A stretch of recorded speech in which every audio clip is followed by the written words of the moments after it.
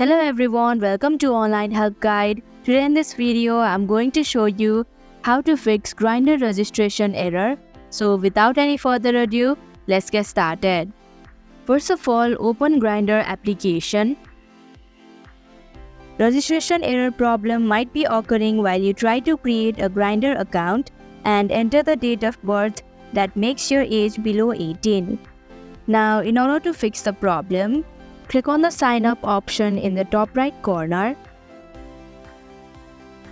Now accept the terms and policies before creating an account.